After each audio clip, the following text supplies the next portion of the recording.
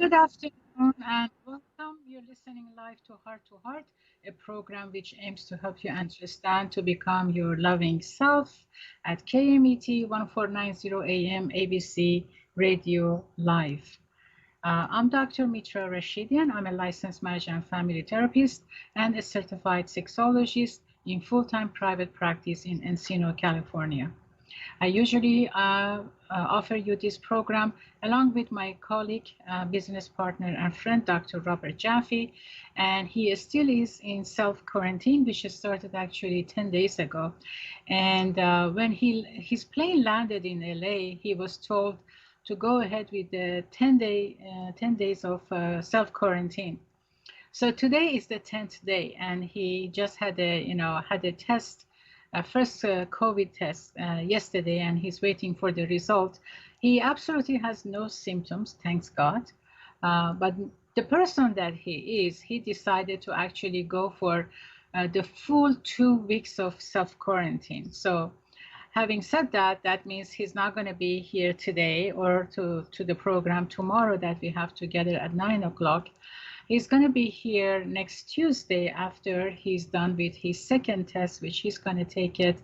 I believe he said there's a place that he can go on Sunday. Well, good. So he has it all under control. He has it all planned out, and he doesn't want to be here. I mean, he says he doesn't want to take a shortcut, right? Shortcut, because it's COVID and we cannot just ignore it. And he's happy that there are no symptoms. He's not experiencing anything, and he's actually, says that this is a vacation that he wanted for, he's staying home and take care of all those piled up stuff that we all have at home, and we pray for a time to open so we can, go through them and take care of them. So this is what he's been doing, like cleaning his garage and stuff like that. I don't think so. I'm just making it all up, right, as we go on. So anyway, he is missed here, definitely. And but I really admire him, and I'm thankful that he's thinking of me, his partner, that we usually offer this program together and we are sitting next to each other. So he's doing this to keep me safe. He's doing this to keep himself safe and everybody around us. And that's what we all need to do. That's what I encourage all of us to do, so that we can once and for all put this virus behind us and move forward with our lives, which, it's just beautiful to be together. And I know that I miss that myself significantly, and I'm looking forward to the day soon that I can go out, go to restaurants, meet my friends in person, meet my parents, meet my siblings, and and of course have Dr. Jaffe back to the office as soon as his quarantine is over. So anyway, Dr. Jaffe himself is a licensed marriage and family therapist as well, and he's a certified sexologist. Certified hypnotherapist. I'm the sexologist. And if he was here, he would have said usually that we are born into the world as our loving, authentic, true self, which is open, calm, curious, emotionally available, connected, honest, confident, compassionate, sexual, and trusting. And indeed, that's who we are. Indeed, that's what we are made of. So for those of you who are just joining us, and actually this is the beginning program, so I want to welcome everybody who's joining us. We usually talk about an aspect of human sexuality during this program, and I would like to encourage you to please call us, share your comments, your questions. Our phone number here at the station live is 951-922-3532. You may also visit us at our YouTube channel, Heart-2-Heart.online/YouTube. And I believe, you can also see us on Facebook and in Instagram. So we are expanding. We are becoming more available to you. What's missing is for us knowing what is it that you're looking for to understand, to be discussed about human sexuality, because this program ultimately is for you, our listeners and our viewers. And a warm welcome for those of you who are just joining us. It's a pleasure to have you. We are honored to be able to connect with you via this station and uh, answer some of your concerns. And basically, that's what we do. And you may also reach us at our private contact information. Uh, Email us or call us. Our contact information are listed at KMET, webpage, and we're happy to respond to you. So the topic for today, in my practice, I hear many people come in, couples, and they complain about uh, why. That's the question that they say.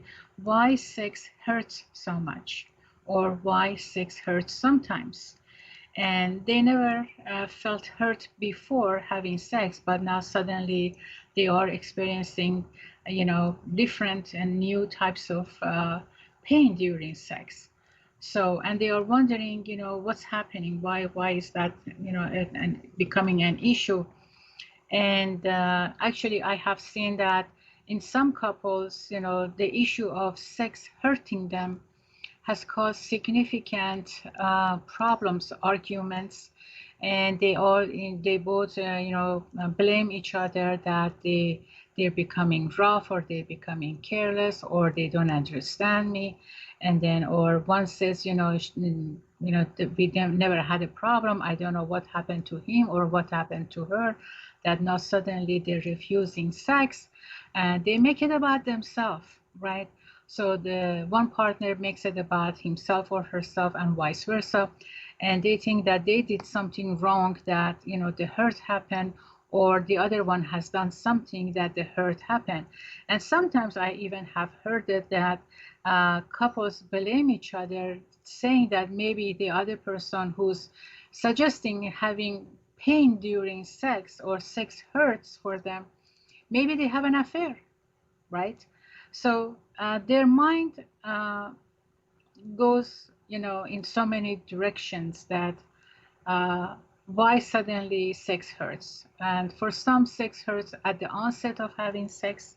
For some, it's a gradual process, and for some, just happens, right?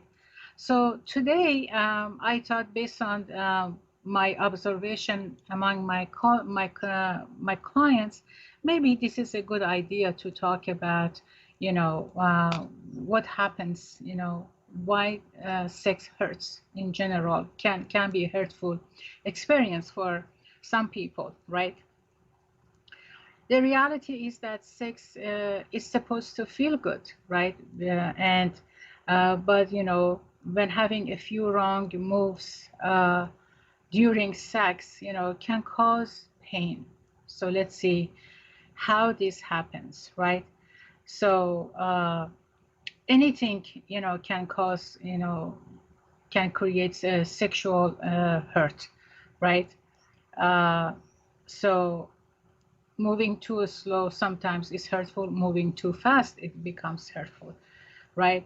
And then, but generally, when the two partners who are involved in a sexual act, if they don't understand the limits, and then they don't respond to each other, and they don't become aware of how their partner is responding to their individual, actions, hurt can happen. And then sometimes severe injuries happens. And we want to know what are some of the examples, and how to avoid that. One of the factors that happens that makes sex a hurtful experience is tears, to the vagina or to the anus, right? So rough sex, or using, objects, right, like certain sex toys, can tear up the sensitive tissues inside the vagina or anus. This can be painful, and it may actually cause bleeding in some cases, which is, that is something that a couple needs to really consider, because when sex causes injuries at the point of bleeding, that, it's a call, it's an opportunity for major infection in body. Sometimes, couples don't say anything when they are hurt. And then they try to hide it because they're afraid of losing their relationship.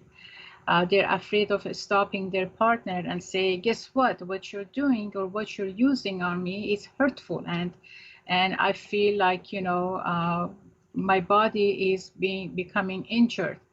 uh, but they don't say that, and that's an issue that I have been working with my couples here, with my partners, that they need to be assertive enough to talk about uh, what works for them and what doesn't work for them. So sometimes certain objects, some certain sex toys are just become hurtful to a person. It may be hurtful to one and may not be hurtful to another one, right? It doesn't mean just because one person enjoys it or they saw it being used uh, in a movie or somewhere, and that apparently, or supposedly give pleasure to both partners, it doesn't mean that the same concept can apply everywhere. It's not a cookie cutter kind of a thing, it's not one size fit all.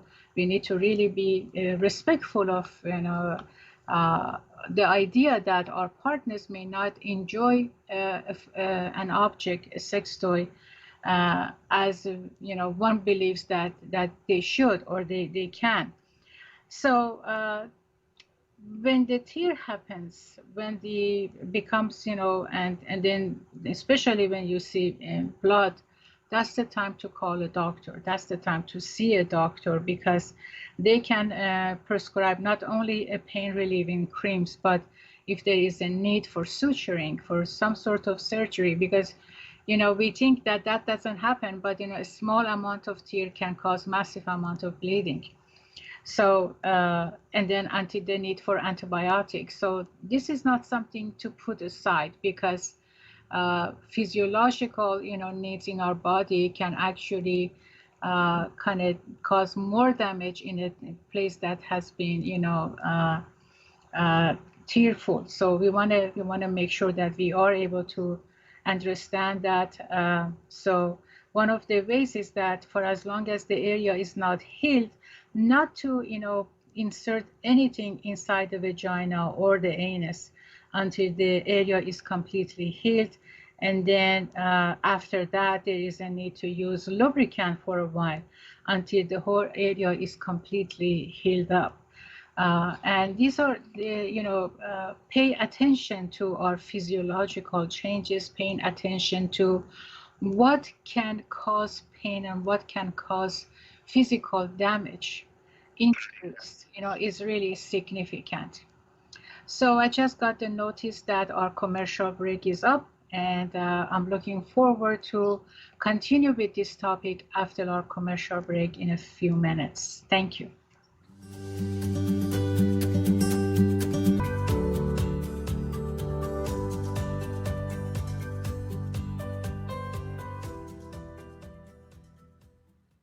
Welcome back to our commercial break. Dr. Mitra and Dr. Robert here. This is Heart-to-Heart program at KMET 1490 AM ABC News Radio. Our discussion today is about why sex hurts at times. And for those of you who are listening, I encourage you to please give us a call at 951-922-3532 and share your comments, your questions, your concerns. After all, this program belongs to you. Also, we would appreciate if you share this program with those that you believe they can benefit from it.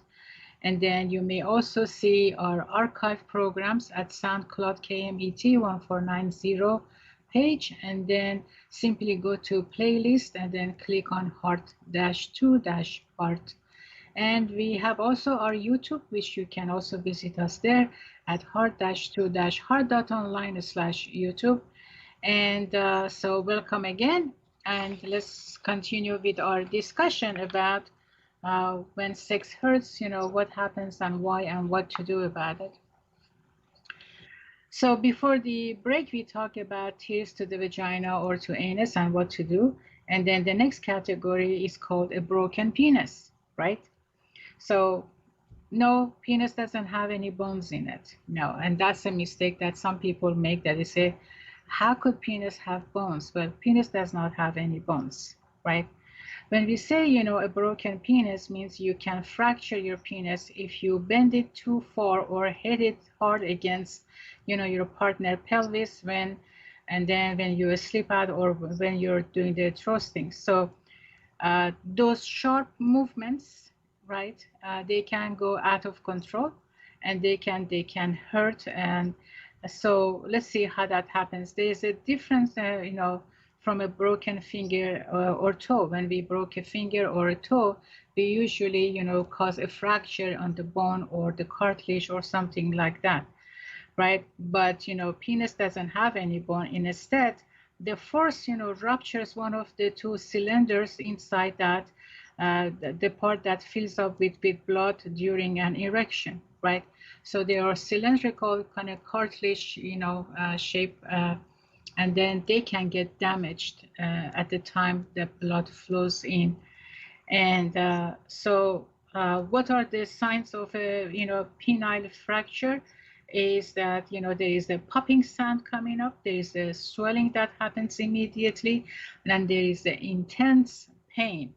So that calls for medical attention right away. At some point, it can even be an emergency situation. So we don't want you to kind of think that, oh, you're going to be able to take care of that kind of that rupture. And it's not. Sometimes uh, physicians, they know how to take care of it. At some cases I have seen, there has been a need for surgery, but usually that it doesn't go that far. But then again, when a person gets to that high level of arousal to have sex, and they're not monitoring their movement, they can injure themselves, right? And I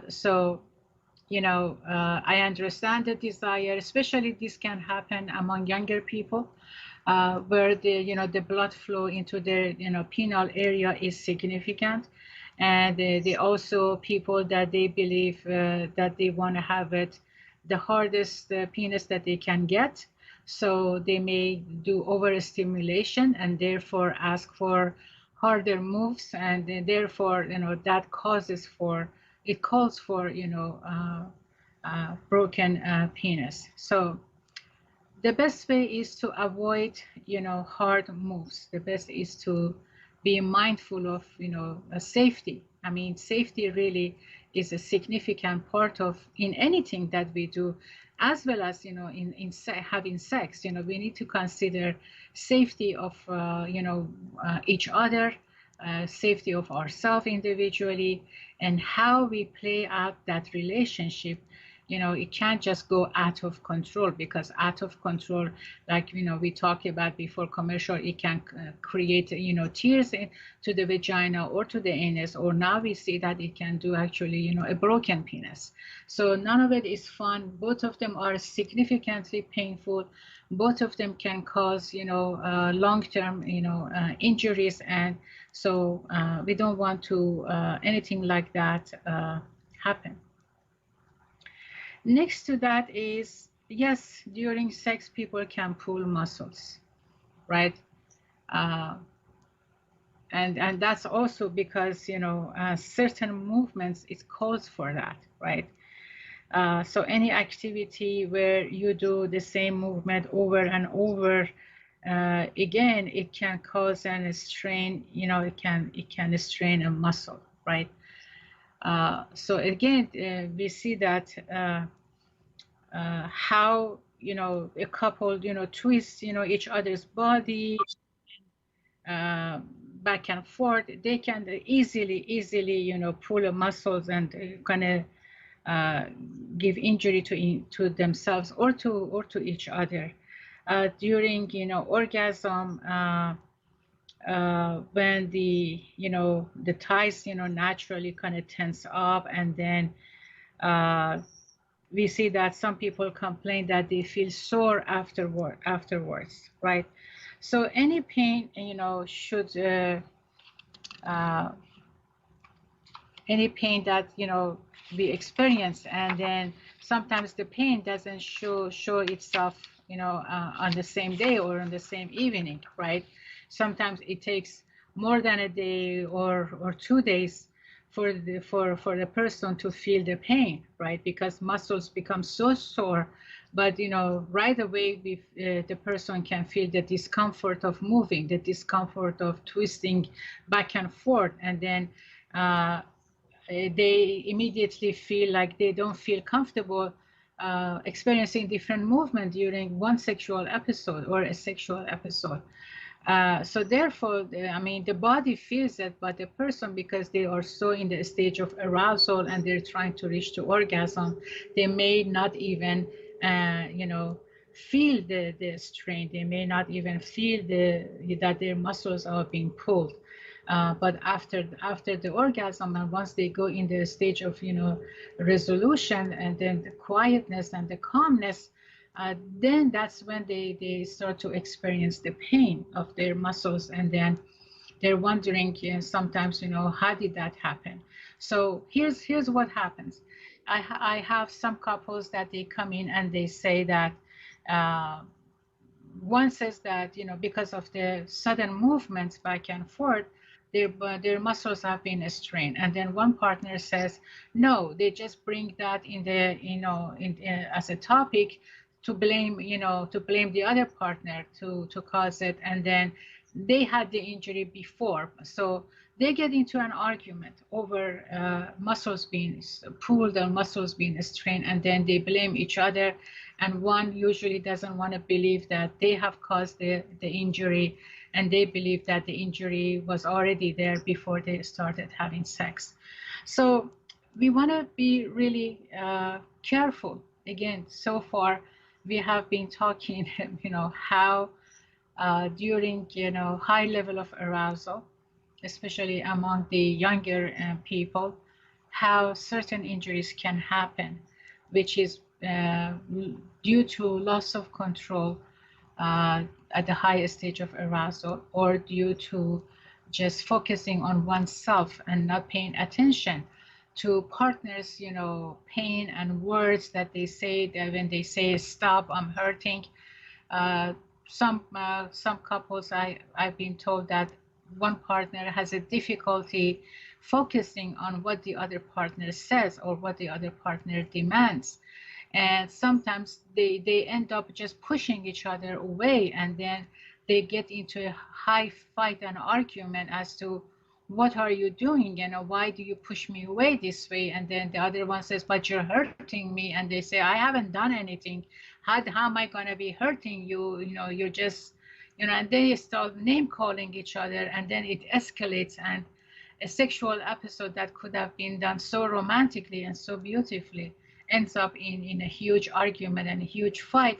And usually if the couple already have some problems going on between them, that's the time that everything kind of explodes altogether, and it becomes a chaotic situation out of just pretty much not paying attention to each other words and each other's demands and each other's comments, which it's really significant to pay attention. We have been talking about communication and how communication is significant in any part of our relationship, and how we need to learn how to listen to each other and how to respect what we hear, and we respond to it in a positive way, right? So we see that aspect of communication significantly also plays a role here, among when two people are having sex and they are experiencing pain. The next level of hurt is called carpet burn. So the friction of rubbing against a rough surface, say for example a rug or on a floor, right? Some couples have sex on the rug, some couples have sex on the floor, right? And then all that moving back and forth, or sudden move or sudden turn or sudden impact of skin with the surface that is there, can cause burn, or can cause kind of scrapes and all of that, can cause injury, and especially on the back, on the buttocks, on the legs. And then some of these are so painful, and then again, depending on where stage of where in the sexual activity, which stage the couple is, they may not even notice that on a wood floor a piece of wood is out of place and is poking the person's body, or the roughness of the rug is kind of scraping the skin on the back, and some of them actually end up with such a high rash, and some of them actually get to the point of bleeding. It really doesn't need to be that way. you know if a couple want to have sex on the floor or on the rug, it's best to consider to throw in a soft blanket, making sure that the area is safe to lay down on, right? It's different when we walk on a rough surface, even barefoot, than then two people are having sex on the same area, because maybe our foot has a stronger skin, a thicker skin. Even that is not safe. But the back and the buttocks and the legs, the thighs, they have a very, very sensitive skin, and they can easily get damaged. And think about the bacteria that they are on the floor, that they are on the rug, right? Nobody wants to any of that to be attached to their skin. So safety first, safety first. If a couple are having sex on the couch, if they're having sex on the carpet, if they're having sex on the floor, it's best to use, have a designated blanket that is soft, that is safe, that is comfortable, right? That actually gives you joy, so that you can enjoy your sexual activity. And not considering those, it actually creates tension, and when the healing takes longer than a day or so, it becomes aggravating.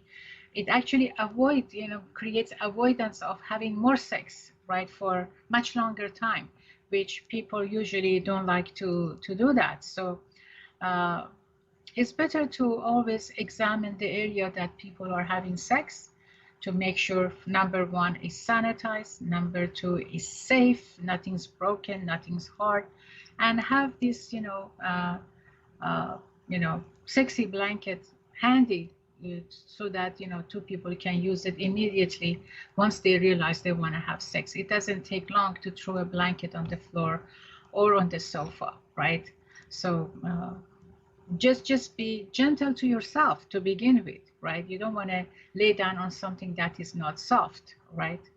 Okay. And then again, I'm coming back to another aspect of what makes sex hurt.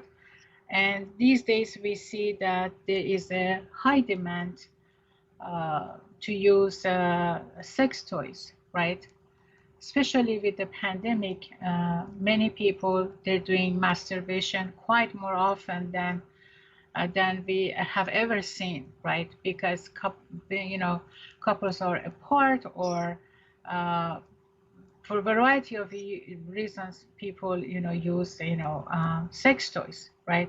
Such as vibrators, such as there are butt plugs. There are many of them. I mean, if I want to name them, I probably need about 2 programs just to name what kind of a sex toys are out there. But those of you who use sex toys, you know what I'm talking about. You know what type you have.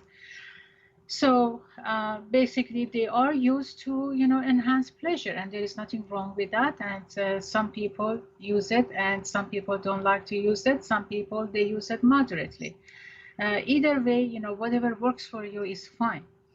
But then again,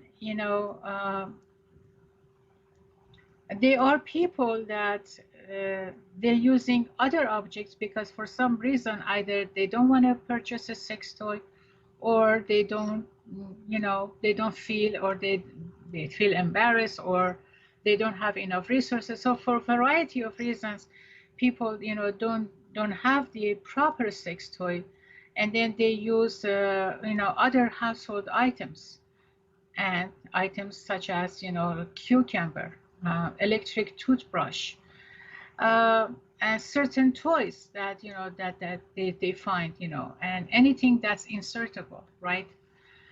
Well, uh, it's really important to be careful about what one is choosing to use. So let's talk about that more so after, commercial break, and we're going to get to the point of how we can keep ourselves safe during sexual activities. More of this after commercial break. Thank you. Join my addiction recovery seminar every Friday from 9 to 10 a.m. See you there.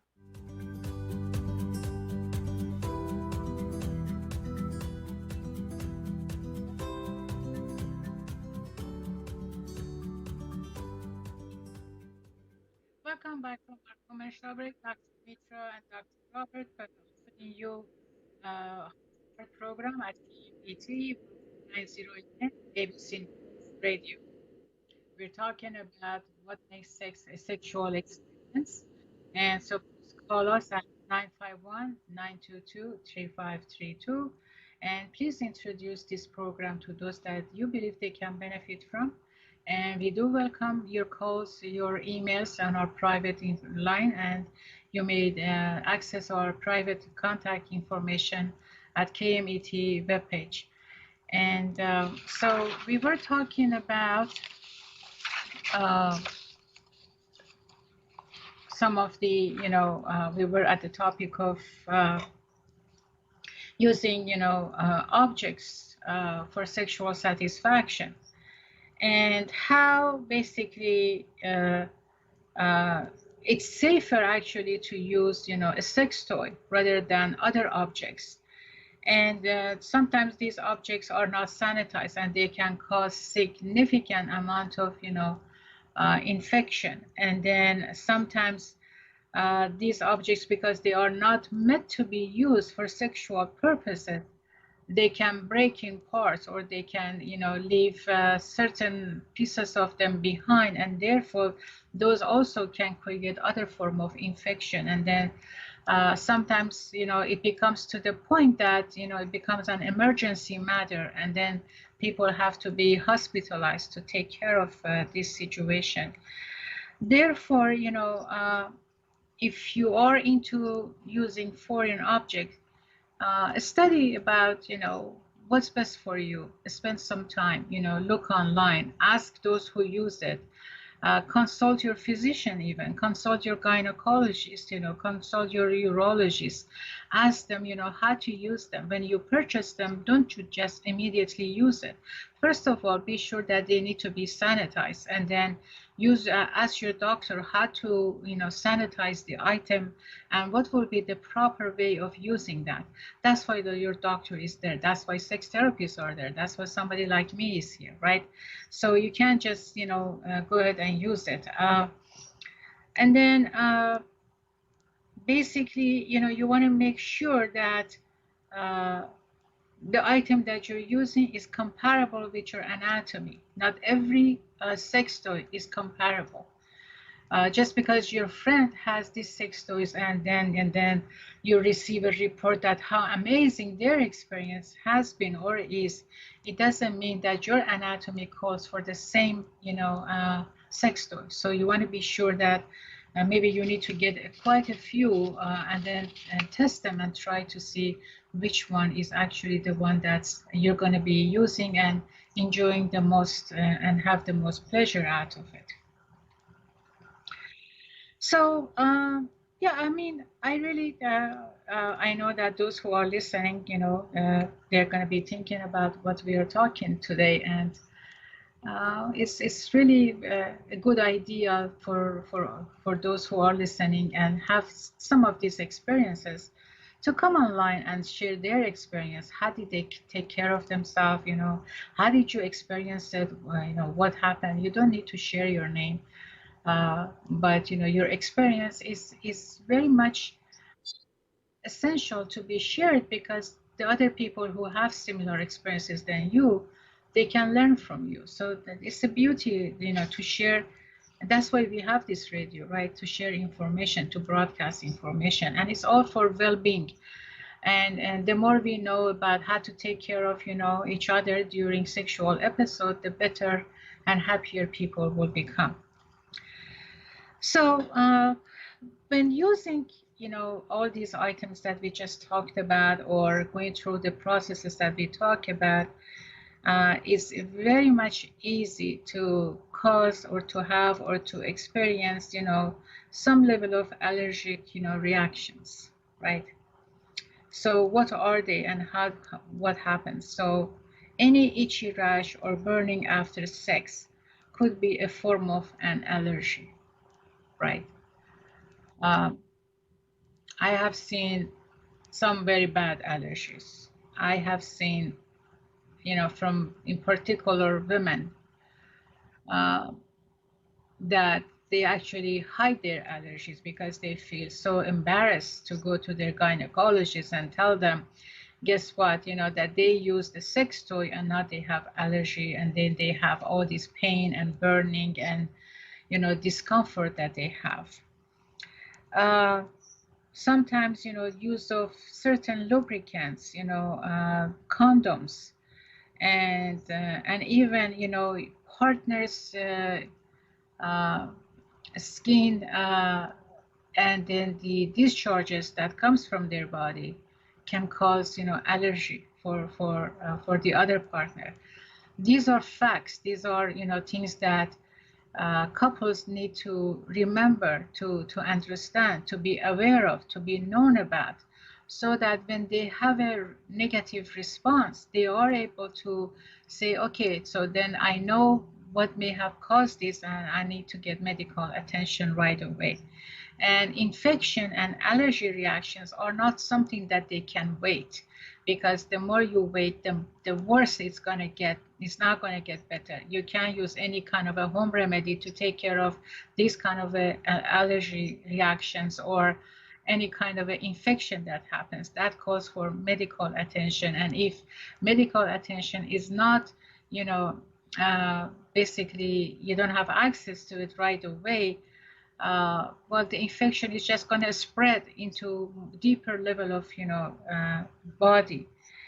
And sometimes people have allergic to semen, so other proteins that they are sometimes, releases by the male partner. So, uh, and then, we want to know about this, and usually uh, symptoms of allergic reaction starts about 10 to 30 minutes after the contact, and sometimes sooner, right? But usually that's 10 to 30 minutes is the average of that. And then these symptoms can stay for hours or for days, if medical attention is not sought, and then people think that, well, it will go away, or they wash themselves with soap and water. But the reality is that's only the surface care, and the allergy has started inside the body, and that really needs to be paid attention to. Uh, the other part that makes, sex very painful experience is the experience of a heart attack. Yes, people, unfortunately, in some cases, can experience heart attack when they have sex. This especially happens for people who are mid-age and up, right? And sometimes the use of certain medication to enhance sexual, desire, sexual, arousal can contribute to that. So it's, I mean, we have seen it sometimes in, movies, but the reality is, it is not there only. It happens almost, anywhere it can happen. When that symptom happens, it doesn't mean that, the couple cannot have sex anymore. That's not the case, right? But then again, medical, attention is definitely needed. The doctor may prescribe based on the individual condition certain level of exercises, certain level of diet, readjusting medication, and then making sure that the body is healthy, that can actually handle the high intense level of reactivity when sexual arousal happens. So if anyone is having experience of hardness in the chest or shortness of breath during sex, or getting tired easily during sex, you definitely want to consult your physicians and to make sure that to get a checkup, and to be sure that whatever you're experiencing, uh, those physical symptoms that sometimes are painful, but they are ignored because sexual arousal kind of bypasses any other discomfort of that kind. Be careful and then consult your physician to be sure that you're safe to have sex, and to monitor yourself. And that is very significant. I have worked with patients who have had heart surgeries or have had anything that had to do with their heart. And one of the number one complaint that they have is, they don't have sex anymore, or they fearful of having sex, and then they become suspicious of their partner. Okay, now that they don't have sex, maybe the partner is looking elsewhere to have sex. Uh, Depending on how the relationship is strong, these questions kind of become less common or more common. And therefore, if something like that happens, definitely, couples therapy is recommended to offer peace of mind to both couples about how to process, how to proceed with a heart attack within a relationship after a sexual, episode. And this is a very sensitive part of it, because once a person is having a heart attack, they feel like they can do more, or they can do more, or they shouldn't do more. And if they have sex again, the second heart attack is going to happen. So as long as a physician is able to monitor the individual with the first heart attack or the symptoms of heart attack, the safer sex can happen. So yes, people with heart attack also are able to have sex. However, they must be under the physician's monitoring process, and be sure that it's safe to do to begin with. And of course, therapy helps a lot with the, depressive factor of it, the anxiety factor of it. The next part of injury is back injury. Yes. So, we have seen it in movies that how one partner kind of flips the other partner within a fraction of a second.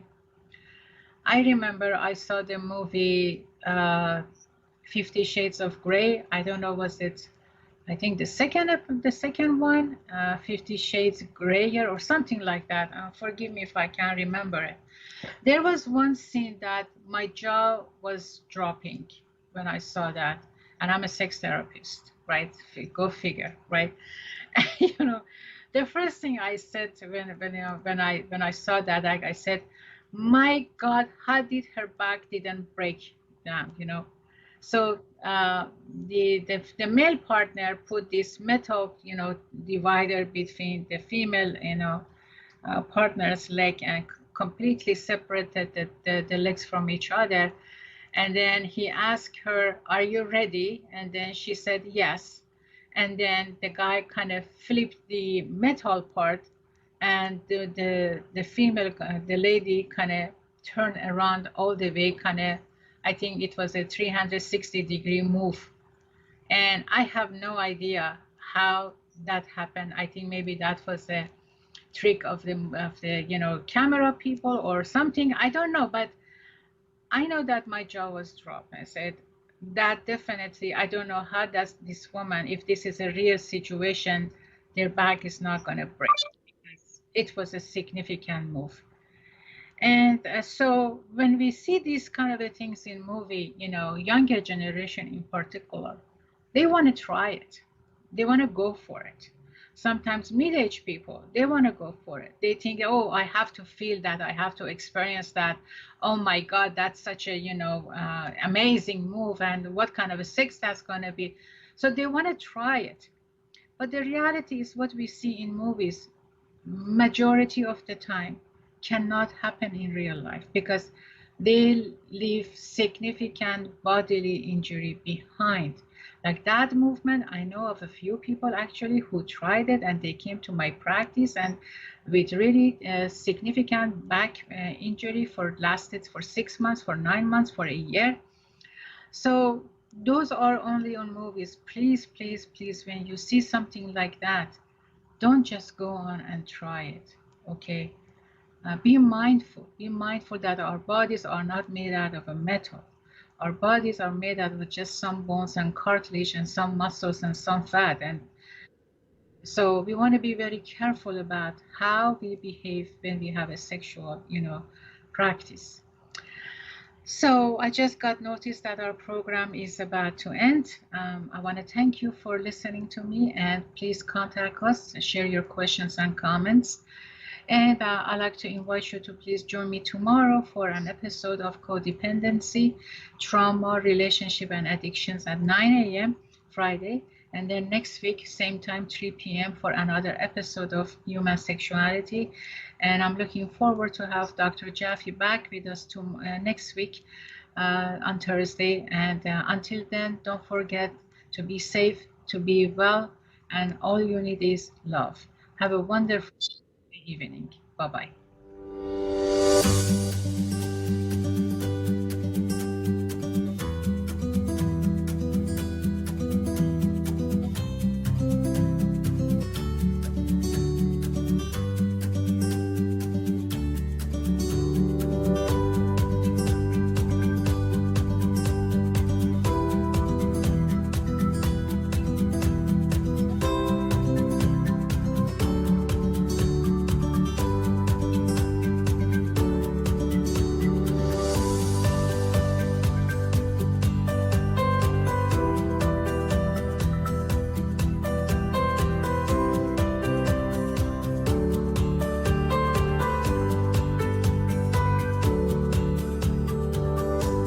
This is 1490 AM KMET, Banning, Beaumont, Redlands, and Palm Springs. News, talk, sports.